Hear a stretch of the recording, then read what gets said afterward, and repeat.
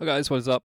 So just wanted to put out a very quick and straightforward sort of tutorial today, um, because I've been reconfiguring one of my retro systems, and I always add shaders to my games, and so yeah, found one of the should we say hidden shaders in RetroArch, which I really like, and it's quick and there's not really any options to it to waste a bunch of time. And you might want to use this as a global setting. So in order to kind of spread the word on this, let me show you how to quickly and easy add a CRT filter to any core in RetroArch. So I'm going to assume you've got some kind of working install for RetroArch. This is just a test system. I've got one game here. So we'll boot in. You'll see by default, no kind of shaders of any kind, blocky. So to add our shader, what you're going to do is press F1 to get to the menu. Scroll all the way down to shaders, enable it. Under shader passes, you're going to set that to 1 pass, and then we're going to select our shader. So we come down to shader number 0, select it, shader slang. Now you might think for CRT you want to go to CRT folder, and there's a lot of good ones in there, but the one I'm going to recommend is under Reshade. Under Reshade shaders, we've got one called Scanlines.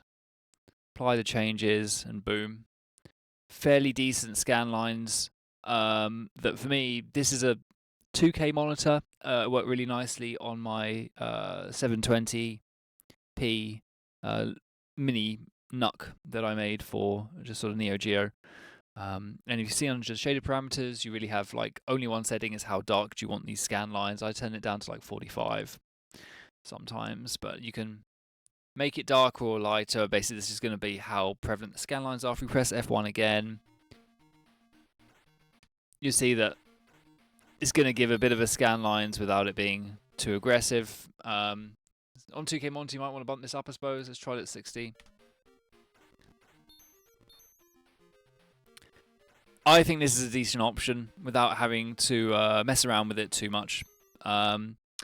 Just so I've showed you though, some other options that you might want to consider, if which basically will run even on like potato type systems. So if we go back to shaders, slang, in our actual CRT shaders, some of the ones I like are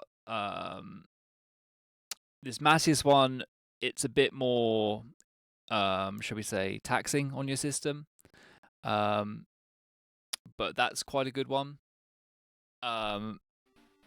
If your system can handle it, that again out of the box looks real nice, real retro. You do get some options on that one. Go back into shaders, slang, CRT, shaders. One that I pick that definitely works on basically anything is this frutbunn one as well. You can apply that.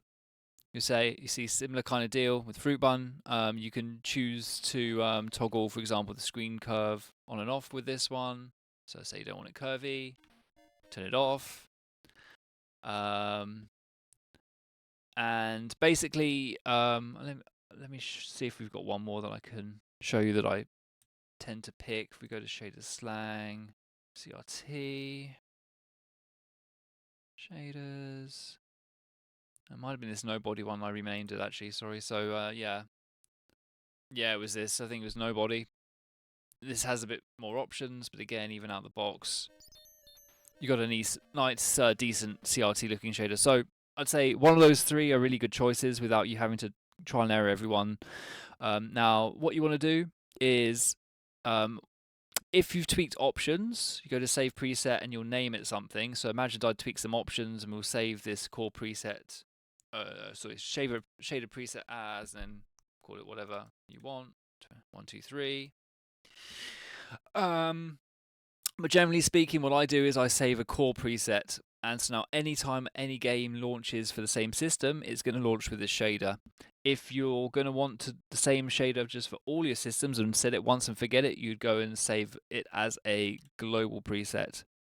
When you save as a core preset, that is a higher level than global preset. So say you'd set a global preset and then you set a core preset, the core preset will take precedent.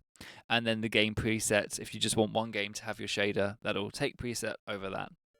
So just to show you, I've set that as the core. We're going to go out, come back in, and now when we launch back into Alex Kidd in Miracle World, you'll see it's remembered our shader. So yeah, that's really all I wanted to go for through just for those of you that struggle with RetroArch and think it's a bit confusing. There is again, it's a little bit unintuitive the way they do things. So if there's any other requests for certain tutorials, let me know, and I'll be happy to do any kind of guide you want on RetroArch. Thanks for watching.